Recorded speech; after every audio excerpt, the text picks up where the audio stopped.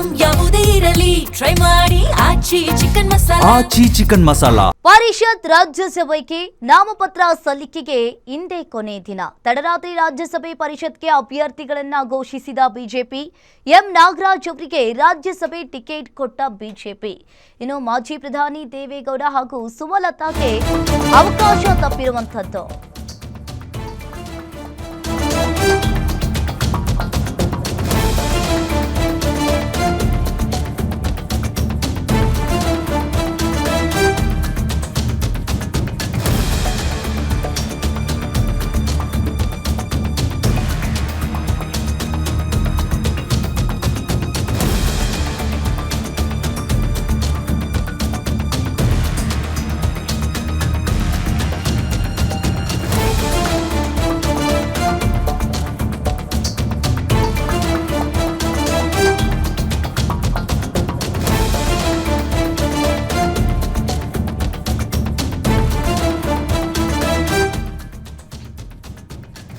ಪರಿಷತ್ ಹಾಗೂ ರಾಜ್ಯಸಭೆಗೆ ನಾಮಪತ್ರ ಸಲ್ಲಿಕೆಗೆ ಇಂದು ಕೊನೆ ದಿನ.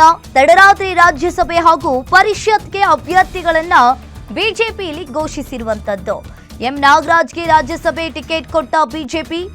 ಮಾಜಿ ಪ್ರಧಾನಿ ದೇವೇಗೌಡ ಹಾಗೂ ಸುಮಲತಾ ಅವರಿಗೆ ಅವಕಾಶ ತಪ್ಪಿದೆ.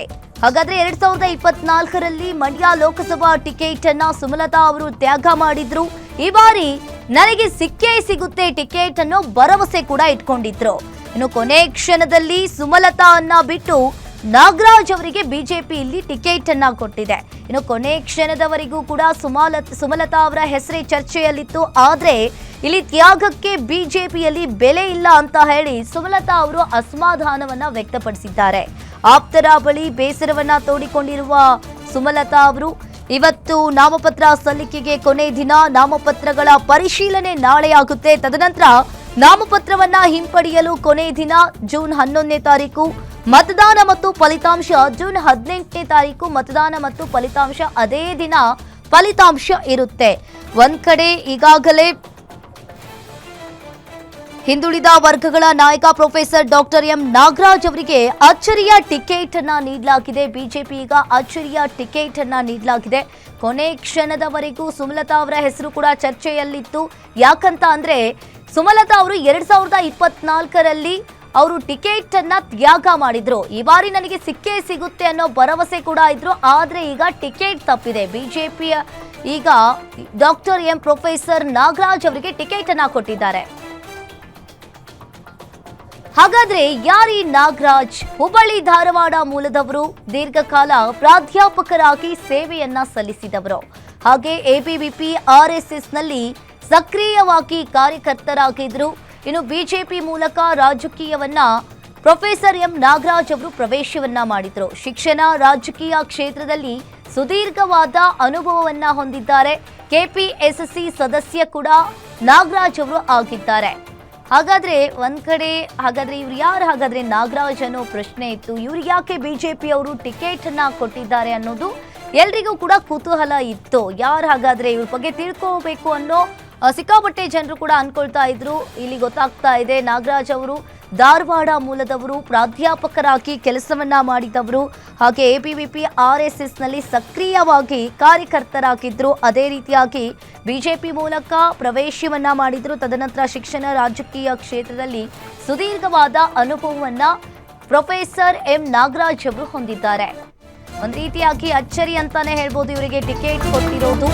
ಪರಿಷತ್ಗೆ ಇಬ್ಬರು ಅಭ್ಯರ್ಥಿಗಳ ಪಟ್ಟಿ ಈಗ ಪ್ರಕಟವಾಗಿದೆ. ರಘು ಕೌಟಿಲ್ಯ, ಲಿಂಗರಾಜು ಪಾಟೀಲ್ಗೆ ಪರಿಷತ್ ಟಿಕೆಟ್ ಅನ್ನ ಕೊಟ್ಟಿದೆ. ವಿಜೇಂದ್ರ ಅತ್ಯಾಪ್ತರಾಗಿದ್ದಾರೆ. ರಘು ಕೌಟಿಲ್ಯಗೆ ಈ ಬಾರಿ ಅವಕಾಶವನ್ನ ಕೊಟ್ಟಿದ್ದಾರೆ.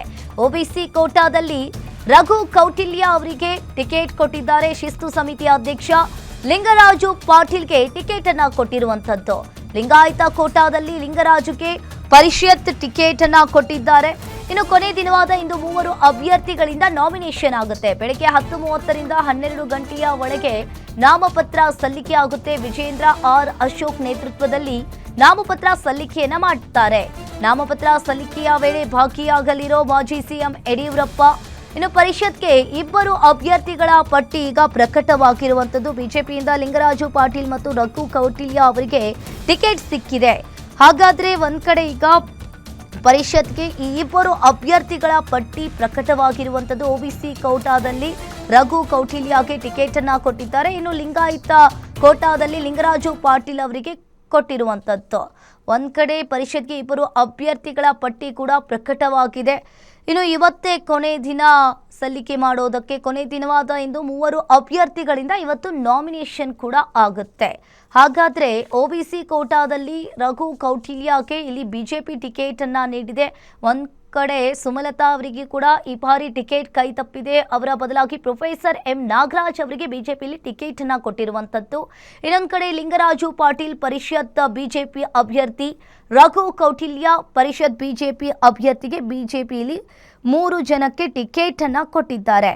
ಇನ್ನು ಒಂದ್ ಕಡೆ ಈಗಾಗಲೇ ಪರಿಷತ್ ಇಬ್ಬರ ಅಭ್ಯರ್ಥಿಗಳ ಪಟ್ಟಿ ಕೂಡ ಪ್ರಕಟವನ್ನ ಮಾಡಿರುವಂಥದ್ದು. ಇಂದು ಮಧ್ಯಾಹ್ನ 12 ಗಂಟೆಯ ಒಳಗೆ ಅಭ್ಯರ್ಥಿಗಳು ಈ 3 ಅಭ್ಯರ್ಥಿಗಳು ಕೂಡ ನಾಮಪತ್ರವನ್ನ ಸಲ್ಲಿಕೆ ಮಾಡಲಿದ್ದಾರೆ. ವಿಜಯೇಂದ್ರ ಆರ್ ಅಶೋಕ್ ಅವರ ನೇತೃತ್ವದಲ್ಲಿ ಇವತ್ತು ನಾಮಪತ್ರ ಸಲ್ಲಿಕೆ ಆಗುತ್ತೆ. ಇವತ್ತೇ ಕೊನೆ ದಿನವಾಗಿದೆ. ಇನ್ನು ನಾಮಪತ್ರ ಸಲ್ಲಿಕೆಯ ವೇಳೆ ಮಾಜಿ ಸಿಎಂ ಯಡಿಯೂರಪ್ಪ ಅವರು ಕೂಡ ಭಾಗಿಯಾಗಲಿದ್ದಾರೆ. ಇನ್ನು ಒಂದ್ ಕಡೆ ಪ್ರೊಫೆಸರ್ ಎಂ ನಾಗರಾಜ್, ಲಿಂಗರಾಜು ಪಾಟೀಲ್, ರಘು ಕೌಟಿಲ್ಯ ಇವು ಮೂವರಿಗೂ ಕೂಡ ಈಗ ಬಿಜೆಪಿ ಟಿಕೆಟ್ ಅನ್ನ ನೀಡಿರುವಂಥದ್ದು.